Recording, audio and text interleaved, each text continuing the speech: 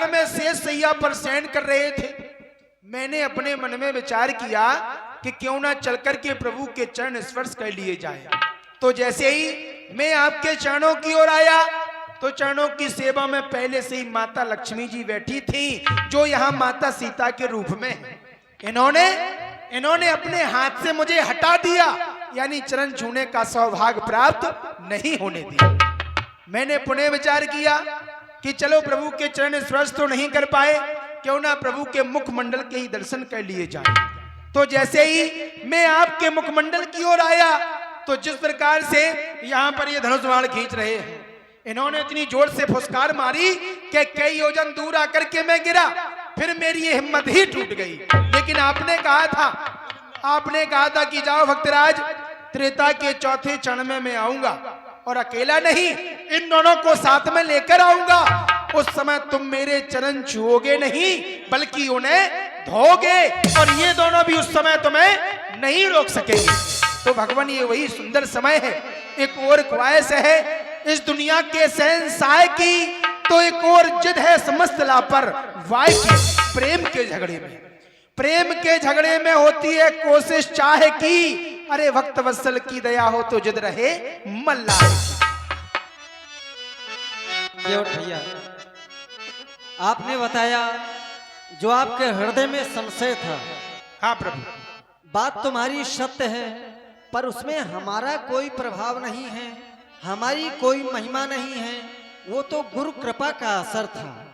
मैं चाहता हूँ, देख रहे हो सायंकाल का समय है, हमें विलंब भी हो रहा है, आप नौका लाएं। ओ केवट भैया तुम रारो न मचाओ,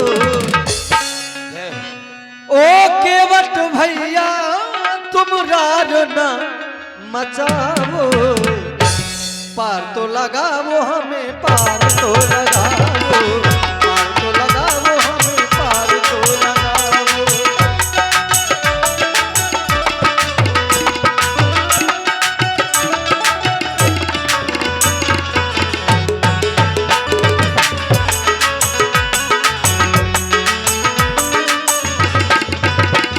ओ केवट भैया तुम रारो ना मचाओ, ओ केवट भैया तुम रारो ना मचाओ, पार तो लगाओ हमें, पार तो लगाओ।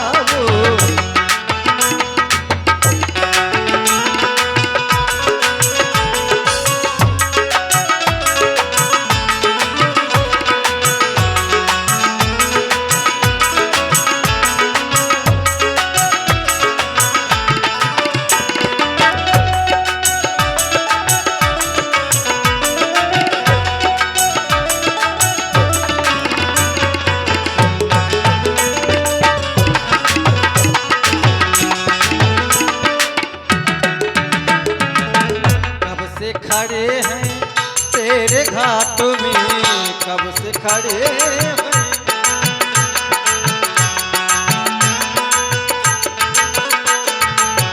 कब से खड़े हैं तेरे घाट में, अखियां दुखन लगी तेरी बाट में, अखियां दुखन।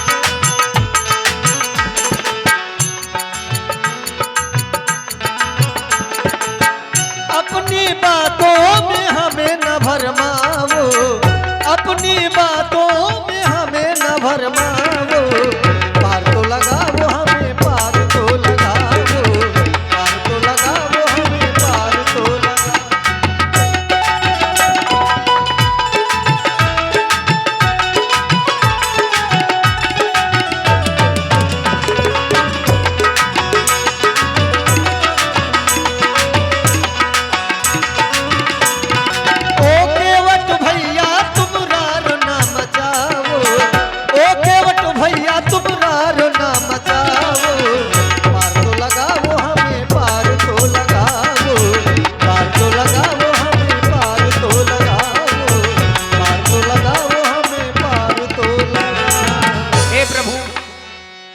आपसे अभी भी कहता हूं कि मुझे उतराई भी नहीं चाहिए, और मैं आपको सहज में ही गंगा मां के उस पार कर दूंगा।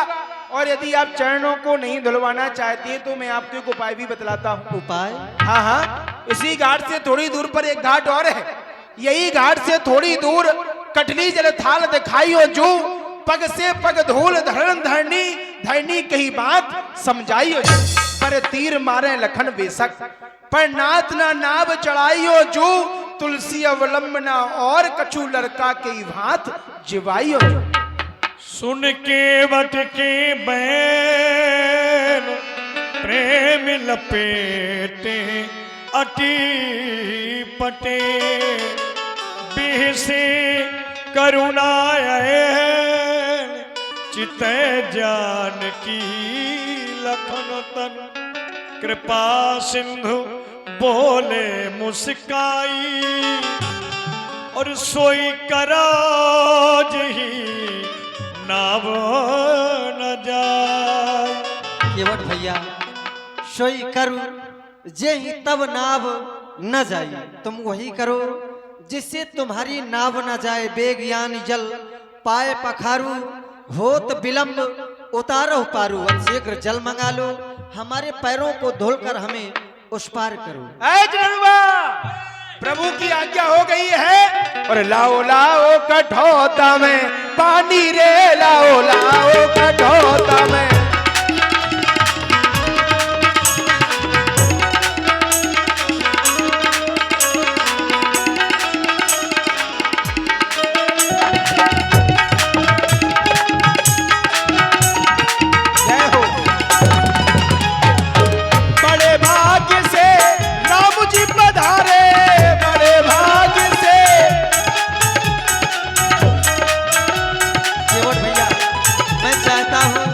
थोड़ी जल्दी करो क्योंकि एक पैर के सहारे खड़े हुए और पीड़ा भी हो रही है। भैया एक पैर से खड़े हैं आप, कष्ट तो आपको होगा ही। आप ऐसा कीजिए, आप अपना हाथ मेरे मस्तक पर रख लीजिए, आपको सहारा मिल जाएगा, मैं आपके चरणों को भी धो लूंगा। भैया क्यों ना आप हमारा सहारा ले लें। वाह क्या बात है, यानी सेवा मैं कर रहा हूं तो इसका फल भी मुझे ही मिलना चाहिए। यहाँ पर भी मतलब टांग अड़ाने में पीछे नहीं है महाराज, है रखिए। जय हो चरण दो मत नहीं हो,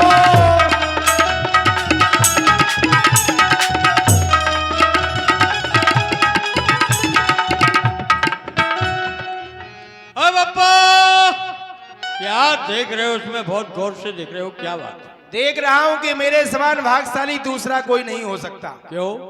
क्योंकि प्रथम बात तो ये है कि मैंने प्रभु के चरणों को धोया है। हाँ तो? और द्वितीय बात ये है, क्या है? जिस जल से धोया है ये कोई साधारण जल नहीं है। कौन सा जल है? ये गंगा माँ का जल है। कौन सी गंगा? ये वही गंगा माँ है जो कुछ दिन नहीं थी श्री ब्रह्मा जी के कमंडल में। जी हाँ। और कुछ दिन घूमी थी श्री शिव जी के केस मंडल में। इन्हें श्री भागीरथ जी महाराज, हाँ। श्री राम जी के पूर्वज, जी हाँ, श्री भागीरथ जी महाराज लाए थे इस भारत पुण्यशाली में। वही गंगा की लहरें आज उठ रही हैं केवट की थाली में। इन्हें शिव कहें या शिव की जटा कहें, इन्हें अमृत कहें या अमृत सुधा कहें।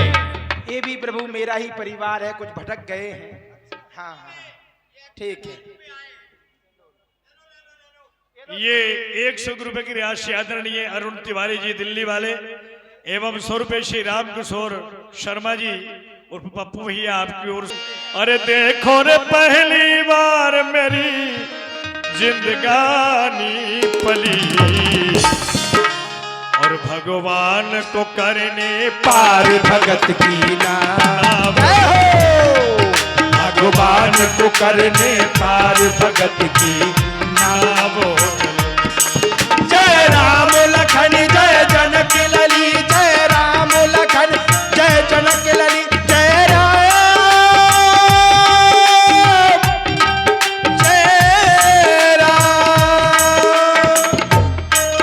तो कहाँ मेरी छोटी सी नैया,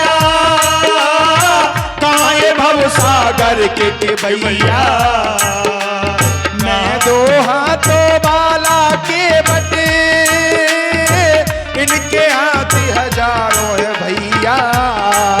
लाखों के तारनहार प्रभु ये बड़े हैं बली, भगवान को करने पार भगत की नाव चली।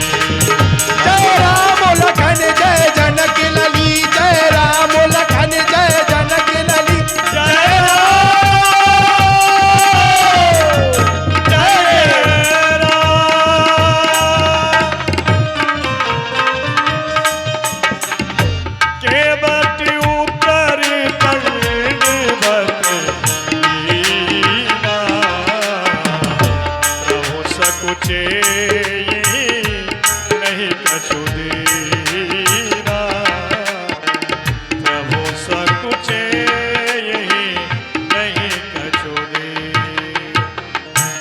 केवट ने हमें अपनी नौका के माध्यम से गंगा के इस पार किया।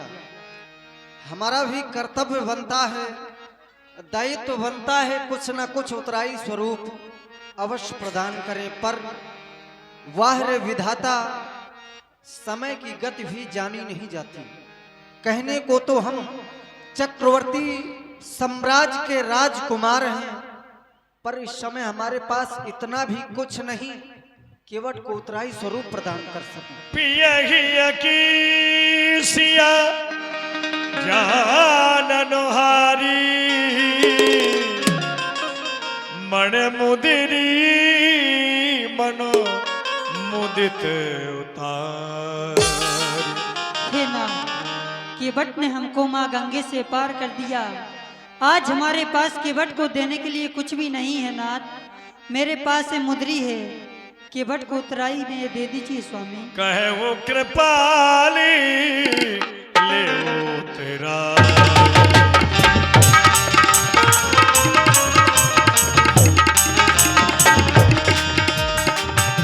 कहे वो कृपाली ले वो तेराई, केवट चरणी कहे अकुलाई, केवट चरणी कहे। केवट भैया, यह जानकी का छोटा सा आभूषण है, मुद्री अंगूठी। हम उत्तराई स्वरूप प्रदान कर रहे हैं, स्वीकार करो। नहीं नहीं प्रभु, अरे ले लो ना। अरे आप ही क्या कर। नाथ आज मैं काहे न पावा, और मिटे दोष दुख दारिद्र। हे प्रभु, कहो। आज मैंने आपको गंगा माँ के इस पार कर दिया है, तो मुझे क्या प्राप्त नहीं हुआ? जो मेरे जीवन भर के दोष थे, दुख थे, वह हमेशा के लिए समाप्त हो चुके हैं। फिर इससे बढ़कर उत्तराई मैं आपसे और क्या ले सकता हूँ? फिर भगवान आप तो मेरी जाति के हैं, मैं केवट, क्या अनर्गल बक रहे हो? तुम तो एक निम्न जाति वाले केवट हो और हम क्षत्रिय बालक हैं, सूर्यवंशी हैं। फिर तुम कहे कि तुम हमारी जाति के हो, वो कैसे? अरे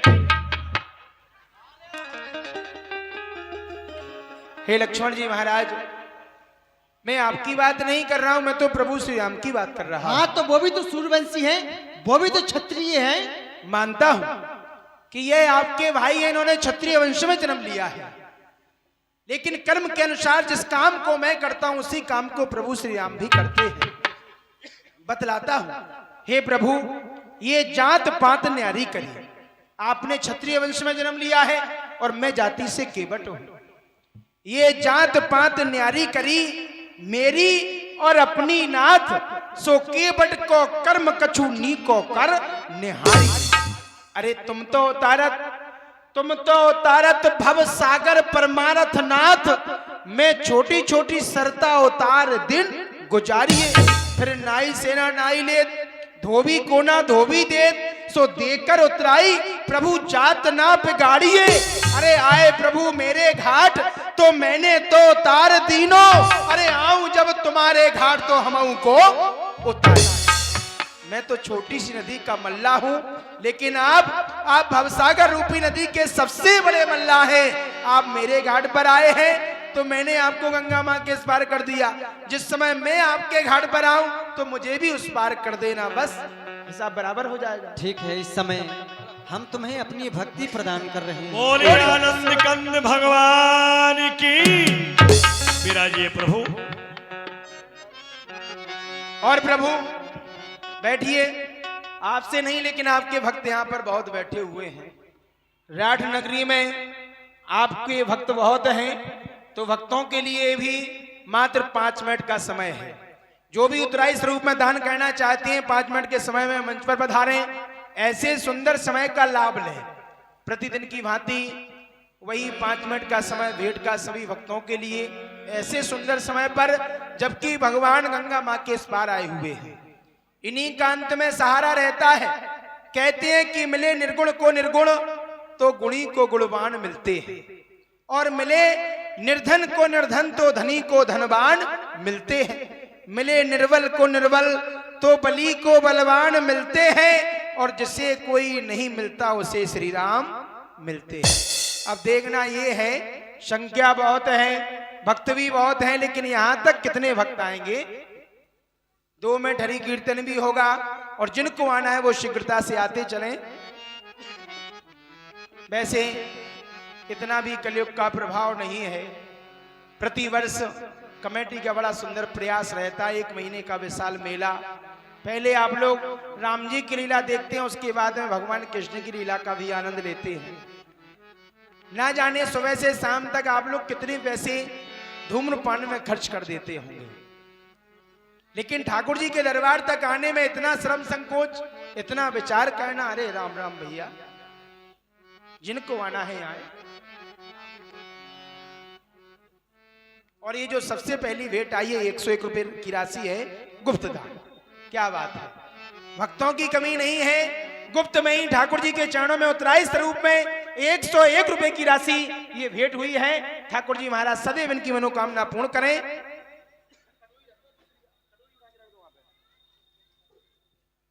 ताली सेवा करते हुए हरि कीर्तन भी आप लोग करें, और जिनको आना है भाई बंधु माता बहने, आप लोग शीघ्रता से आए।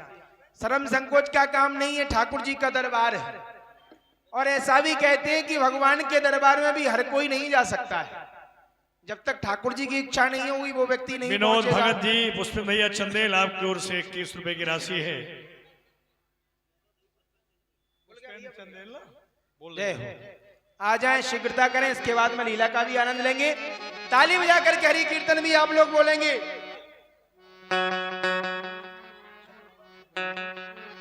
श्री राम जय राम, आ जाइए भैया।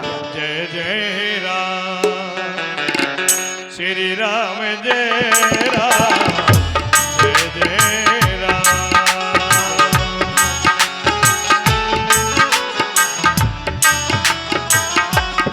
और भेंट का जो समय है बड़ा ही सीमित है। आप लोग लीला का आनंद ले रहे हैं। यहाँ कोई जिनको दान देना है वो मंच पर आए, मंच से नीचे कोई नहीं श्री जाए। राम जय राम, जय जय राम, श्री राम जय राम, जय जय राम, श्री राम जय हो। जय जय राम, श्री राम जय राम, जय जय राम। और एक बात और मैयाओं को बतला दें कि ये ठाकुर जी का दरबार है। ये हमारी आपकी भावनाएं नहीं तो मंदिर में भी पत्थर की प्रतिमा रहती है, लेकिन हमारा ये भाव है कि हमारे इष्ट देव में, हमारे आराध्य में हमारे भगवान है। केवल भावना की बात है। जैसे आप लोगों ने धनुष्य की लीला में नौरस की झांकियों के भी दर्शन किए, जाकी रही भावना जैसी प्रभु मूरत देखी तिन तैसी। स्वयंवर के मध्य में साधु राजा भी आए थे, लेकिन जो दुष्ट राजा थे वो भी आए थे, तो भगवान ने उन्हें भी काल के रूप में ही दर्शन दिए। वही काल जो प्राणी को क्षण मात्र में लेकर चला जाता है। और जो साधु प्रगति के राजा थे, भगवान ने उनको भी दर्शन दिए। तो ये तो अपनी अपनी भावना की बात है। और कहा गया है कि भावना में भाव है तो भव से बेड़ा पार है, और भावना में भाव नहीं तो भावना बेकार। तो जिनको आना है शीघ्रता से आए, मात्र थोड़ा सा समय शेष है। जय हो।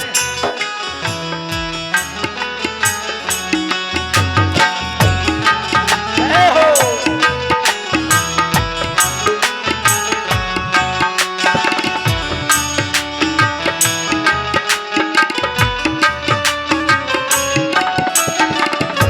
श्री राम जय राम, कुछ भक्त लोग तो विचार बना रहे हैं, कुछ मैयाएं सोच रही हैं कि जाएं कि ना जाएं, कुछ भाई बंधु सोच रहे हैं।